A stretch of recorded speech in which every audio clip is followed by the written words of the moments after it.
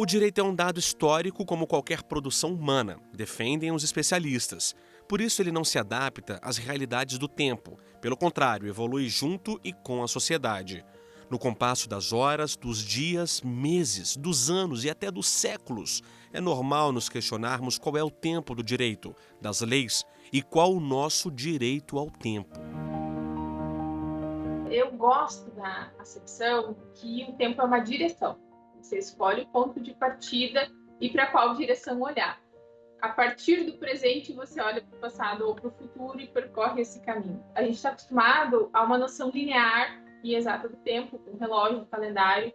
Afinal, isso facilita a nossa vida, dá um grande conforto para a nossa mente, porque é a compreensão de algo muito abstrato. Dizem até que o tempo é o que a gente cria em definição. Na verdade, tempo se confunde com vida. Então, se nós temos o direito à vida, nós temos o direito ao tempo.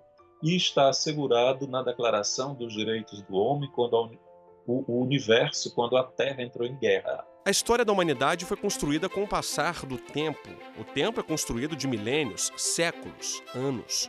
Cada um desses anos possui 12 meses, 365 dias, 8.760 horas, 525.600 minutos e 31.536.000 segundos. O tempo, historicamente, ele é percebido na perspectiva do direito, especialmente se você perceber na dinâmica do capitalismo.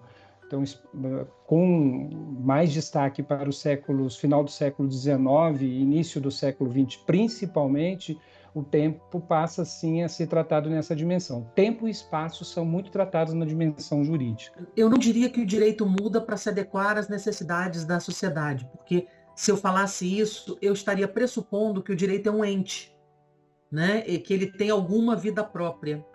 O direito é um dado histórico, como qualquer produção humana. Ele é um dado histórico, ele é um dado cultural. Assim sendo, toda vez que a sociedade se transforma, e essa é uma característica do próprio ser humano, essa questão da mudança constante, ele vai transformar tudo ao seu redor, inclusive o direito. O direito ao tempo, ele é inerente ao tempo.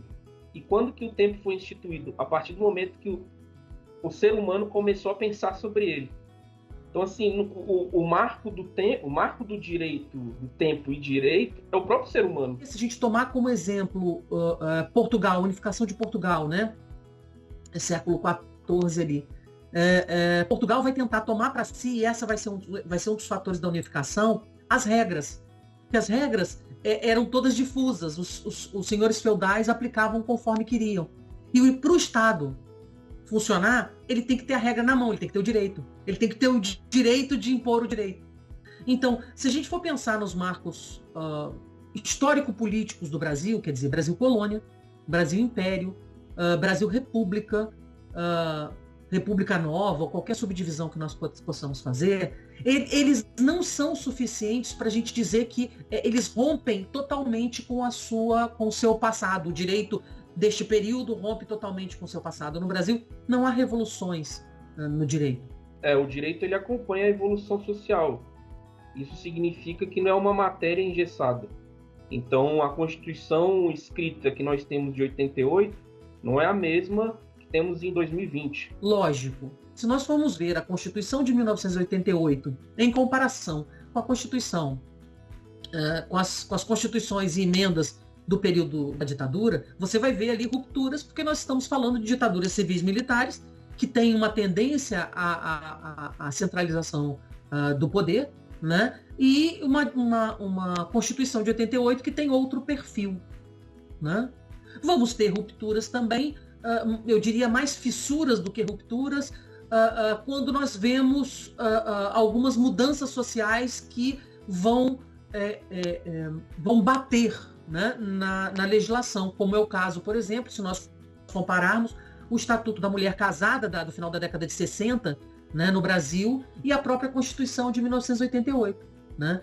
Você tem, nós mulheres temos liberdade e sem precisar autorização de nenhum ente masculino, somente com a Constituição de 88. Hoje nós temos a inclusão de novos players, vamos colocar assim, né, dentro do nosso constitucionalismo, a inclusão de maiores direitos aos negros, né, também a inclusão de maiores direitos às mulheres, também a inclusão de maiores direitos à comunidade LGBT, enfim, a sociedade de 88 ela era pensada para 88, né? Ela não era pensada para 2020, porque também o tempo é indeterminado, né? O direito ele sempre chega atrasado, é sempre uma tentativa de compensação. Existe esse lapso entre o fato, a construção da demanda social, o próprio processo legislativo da propositura até a entrada em vigor e a materialização da lei, que é quando ela é aplicada, quando o tribunal de fato vai colocá-la no universo do real.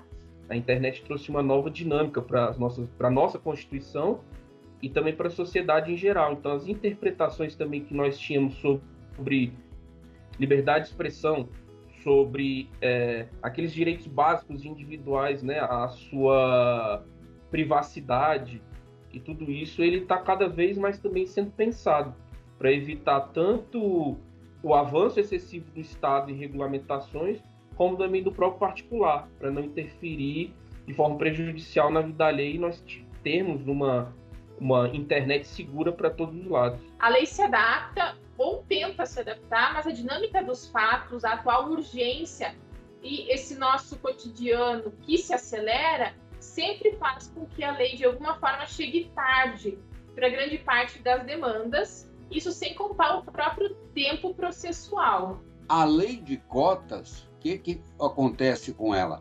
Tardiamente, ela vem buscar reparar estes 350 anos de impedimento formal e mais uns tantos dezenas de anos de uma exclusão social. A história e o direito à educação caminham lado a lado. Estes acompanham a sociedade nas suas mais diferentes fases. O direito à educação é garantido constitucionalmente e no Brasil, desde os tempos da independência, já foram promulgadas 7 constituições, em 1824, 1891, 1934, 1937, 1946, 1967 e 1988. Cada uma delas sendo reflexo do seu tempo, cada uma delas trazendo avanços e às vezes lentos, mas sempre importantes em nosso sistema educacional. O direito à educação no Brasil, ele começa com a Constituição de 1824. Era um direito à instrução primária de caráter gratuito a todos os cidadãos, sabendo-se que a cidadania não incluía os escravos. Esse direito ele vai ter uma diferenciação em 1834, com ato adicional, quando as províncias, então, se ocupam da instrução primária e os poderes gerais imperiais se ocupam do ensino superior. E pode-se dizer que o direito à educação de 1934 é a base do direito à educação do capítulo mais avançado que nós tivemos, que é de 1988, porque em 1934 nós já temos a obrigatoriedade, a gratuidade, o dever do Estado, a vinculação dos impostos para a educação e o Plano Nacional de Educação. Em 1961, então, nós temos a Lei Geral de Educação, a LDB, Lei 4.024, que aí ela dá uma configuração melhor para o direito à educação.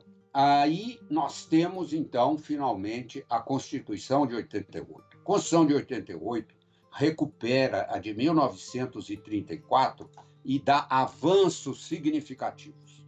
O grande avanço significativo da Constituição de 1988 é dizer que a educação obrigatória é direito público subjetivo. O que quer dizer isso? Quer dizer que a Constituição colocou na mão do aluno, dos pais dos alunos, o direito de exigir uma vaga na educação obrigatória quando o poder público não lhe oferecer. Entretanto, A Constituição de 88 traz um outro elemento que avança muito em relação a 1934, é o direito à diferença. A diferença será uma das marcas da Constituição de 1988, ao reconhecer a necessidade de você considerar, no âmbito dos direitos, aqueles que foram penalizados pela escravatura e aqueles que foram penalizados por terem sido considerados selvagens. O tempo que passamos brincando com nossos filhos, andando no parque ou apenas descansando, passa diferente do tempo quando estamos dedicados ao trabalho. Jornadas de trabalho diárias, semanais, mensais e anuais são contabilizadas como tempo, que, ao final, somam-se para garantir a tão desejada aposentadoria. Questões essas que relacionam o nosso direito ao tempo. Tempo de trabalho, descanso e lazer. Se nós formos ver a passagem do período feudal para o período capitalista na Europa, que não é semelhante ao resto do mundo, né? Eu estou fazendo uma análise aqui europocêntrica no momento. Se a gente for falar disso, nós vamos ver que quando o capitalismo chega, a contagem do tempo se torna diferente. A contagem do tempo se torna, inclusive, necessária, que antes não era.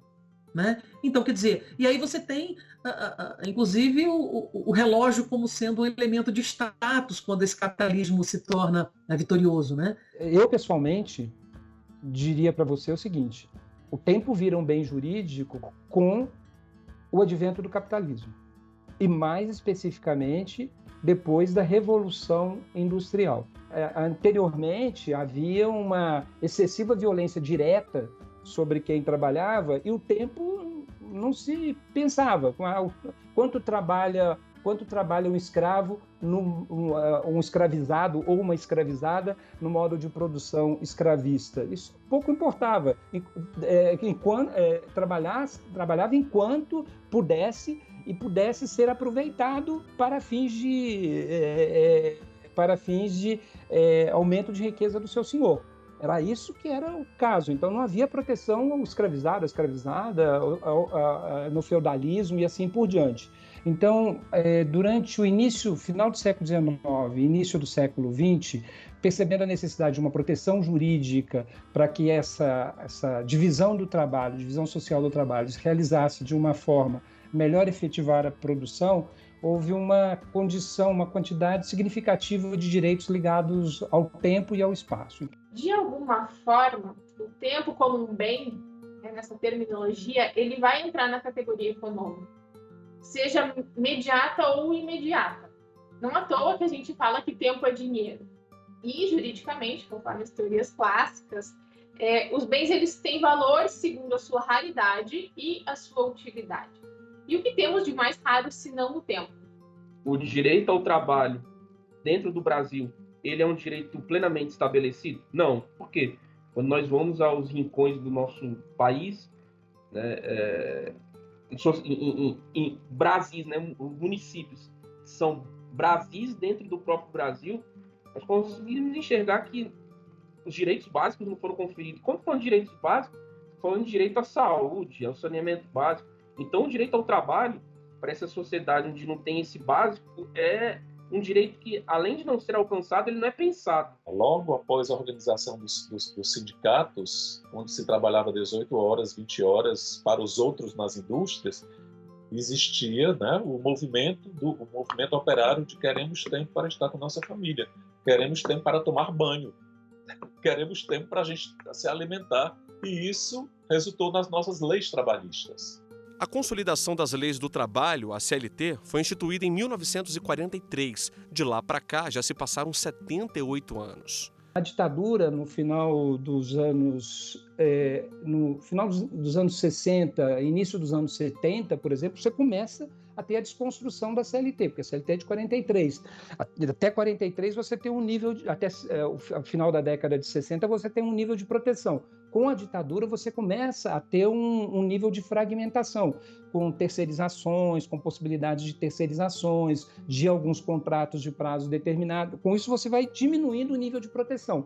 Nos anos 80, isso vai aumentando, mas a partir dos anos 90 isso intensifica exponencialmente. Então, nos anos 90 e nos anos 2000, a CLT já não é mais aquela CLT que a gente conhecia. Chega a ser engraçado as pessoas falarem em CLT como se fosse uma coisa do getulismo, da época do Oliveira Viana, do Getúlio Vargas. Isso já não existe há muito tempo. Então, assim, em 2017 ela sofreu um golpe que eu acho que é fatal. Para aposentar, os homens precisam de ter 65 anos de idade e 20 anos de contribuição. Já as mulheres aposentam aos 62 anos de idade e 15 de contribuição. Nós temos diversos casos de trabalho escravo, diversos casos de próprio trabalho, a negação ao trabalho, né, à mulher, ao próprio negro, ao homossexual, enfim. Nós temos ainda aqueles empecilhos do passado no presente. Então, em relação ao direito do trabalho, eu acredito que nós temos problemas do nosso século XV no nosso século XXI. Contratos de prazo indeterminado, que eram contratos longos, passam a ser contratos com prazo determinado. Ou seja, aquele tempo que gerava um direito, ele vai sendo diminuído e gerando menos direitos. Isso ocasiona impactos, inclusive, na Seguridade Social, porque na Seguridade Social você necessita do custeio. E com essa fragmentação do tempo protegido no contrato de trabalho, os contratos intermitentes, aquele que a pessoa não é paga por estar à disposição do empregador. Hoje, nos países desenvolvidos, a gente tem uma redução de carga horária, uma luta, né, depois de muita luta, e até mesmo pela condição de sermos produtivos. Não é o tempo de trabalho que vai dar mais produtividade, é a condição de trabalho e a qualidade desse trabalho, porque já está comprovado que o homem cansado, exaurido de 45, 50 horas laborativas, ao fim de um dia mais de 8 horas de trabalho, isso não deixa ninguém mais produtivo nem traz produção. Nós precisamos mesmo trabalhar 40 horas? Todo mundo tem que trabalhar 40 horas? Não seria interessante turnos de 4 horas, turnos de 6 horas? Condições de trabalho remota, como é que nós vamos fazer? Hoje nós temos países que têm 25 horas de trabalho, 30 horas de trabalho na lei, e você pode ir flexibilizando isso.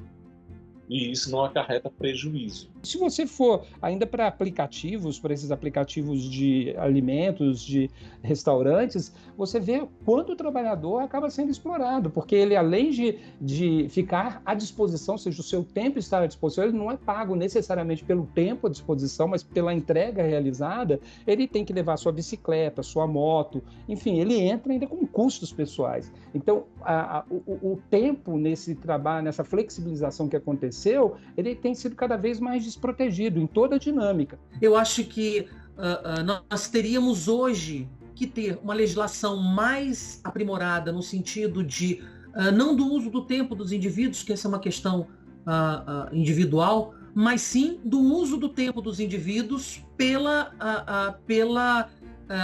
pelos produtores de capital, pelos patrões, digamos assim.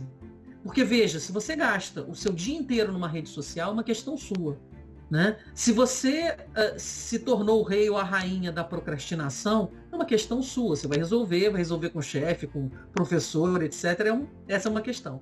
Agora, quando em todos os momentos você tem que estar acessível à produção, né? Aí você tem um problema.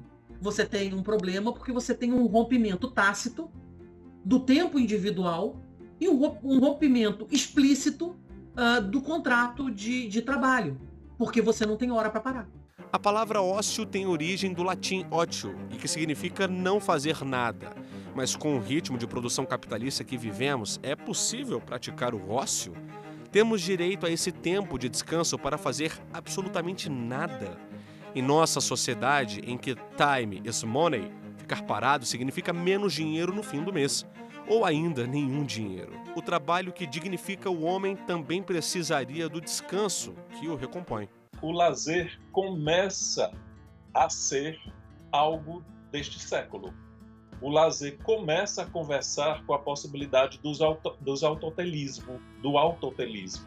É aquilo com o fim em si mesmo. Claro que todos os lazeres e todos os ócios do nosso tempo, eles passam por um consumismo, porque nós vivemos sobre o cenário da economia capitalista. Nossa sociedade capitalista, especificamente o capitalismo brasileira, né, nós temos uma ideia de que o ócio ele é produto de qualquer momento, ele se dá em qualquer momento, produto não, ele se dá em qualquer momento em que você não esteja produzindo, né?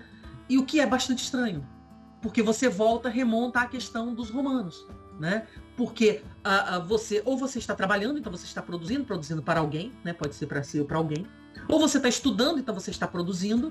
Fora isso, todo momento é de ócio.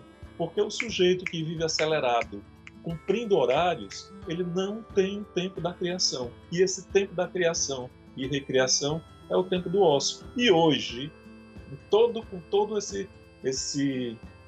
aceleração contemporânea, essa agitação e essa aceleração dos ritmos, se convida para sermos inovadores em tempos de criação. Lazer seria a nossa recomposição para fins de saúde, recomposição da força de trabalho, para que ela pudesse depois retornar a se vender novamente. É basicamente isso. Numa lógica de estruturação de compra e venda da força de trabalho, o lazer passa a ter essa função. E é muito ruim isso, né? Porque essa ligação entre lazer e compra e venda da força de trabalho faz com que nós tenhamos situações em que, muitas das vezes, nos nossos períodos de lazer, os nossos direitos ao lazer, descansos semanais remunerados, férias, nós não tenhamos condições suficientes, ou não tenhamos tempo suficiente, ou não tenhamos condições até de saúde suficiente nesse período de recuperar a capacidade de compra e venda da força de trabalho. A vida acontece enquanto as folhas do calendário vão sendo arrancadas, enquanto o ponteiro do relógio desliza incansavelmente.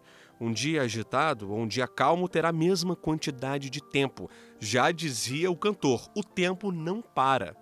O Senhor de todas as sociedades é democrático.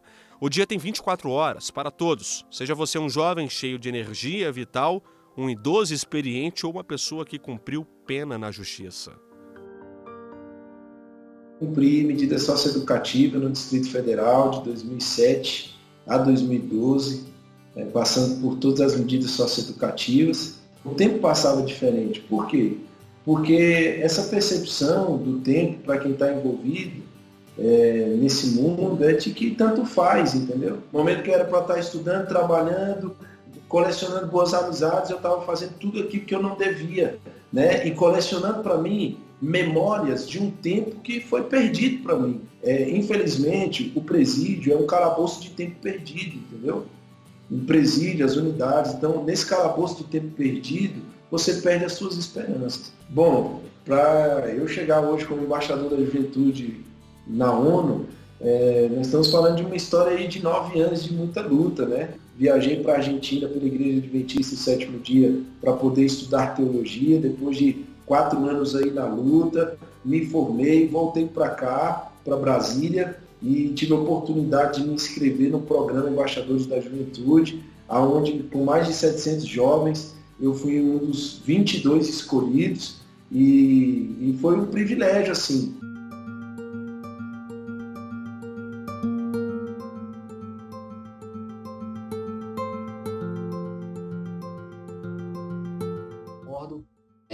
O mais cedo possível, porque eu sinto que se eu acordei mais cedo que as outras pessoas, eu vou poder fazer o que elas não puderam fazer.